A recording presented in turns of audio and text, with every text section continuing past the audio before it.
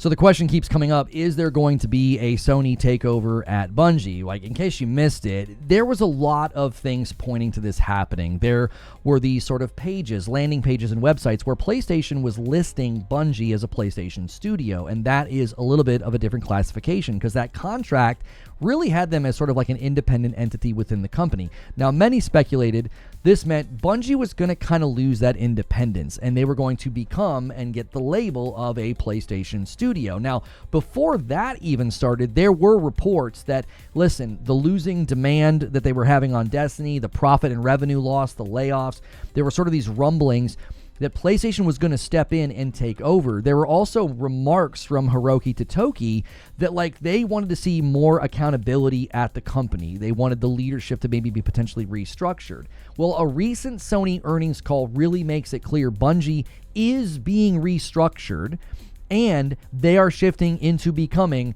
a PlayStation studio. The CFO said the following, quote, "Last year, structure of Bungie was reformed. Bungie is shifting to be part of PlayStation Studios. The direction is to become part of PlayStation Studios." So they're saying it twice, like this is where they are going. Okay, this leads to a whole host of questions.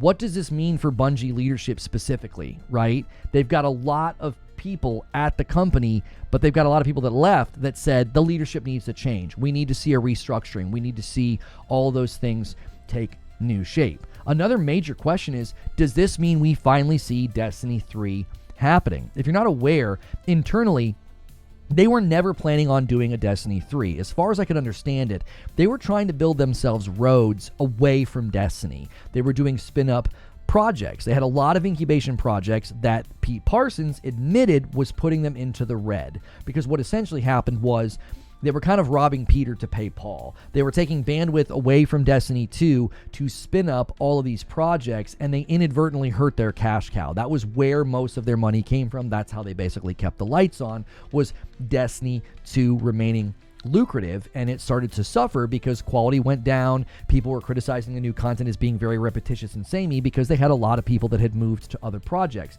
They were going to have more Destiny related content is what we heard. Like there was something like Luke Smith and Noseworthy were working on that was going to be sort of like a third person hero game where you played as heroes from the Destiny universe and would go out and do like monster hunting things.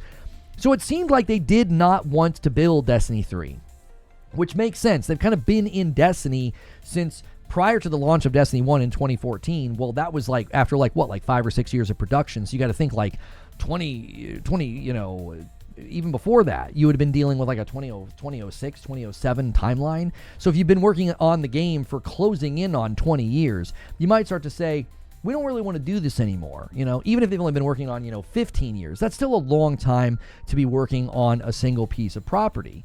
The other question hovering in the air is, well, if they don't want to work on Destiny, can PlayStation make them? Will PlayStation want to make them work on it? I've said, well, listen, fund Destiny 3, come up with a contract and fund it. Don't make them rely on Destiny 2. Put Destiny 2 on fumes. Start building Destiny 3. Ask your existing PlayStation studios, does anybody want to come work on Destiny 3? Ask anybody at Bungie, hey, do you want to go work at any of our other studios? Because you got a lot of talent you could shift around. There were people at Bend working on a live service game. Maybe they've got good ideas. Maybe they wanted to work on a live service shooter. And speaking of live service shooters, the other big question here is, what about Marathon? In this report, they indicated that Marathon will be out by March of 2026. It's not currently canceled. They did say it could still be canceled, which is kind of weird to say. I personally think Marathon is the lamest duck to ever attempt to launch. It's such a non-starter. Outside of Concord, I can't think of another game set up for more failure than Marathon. I have a video where I said this game was being set up for failure.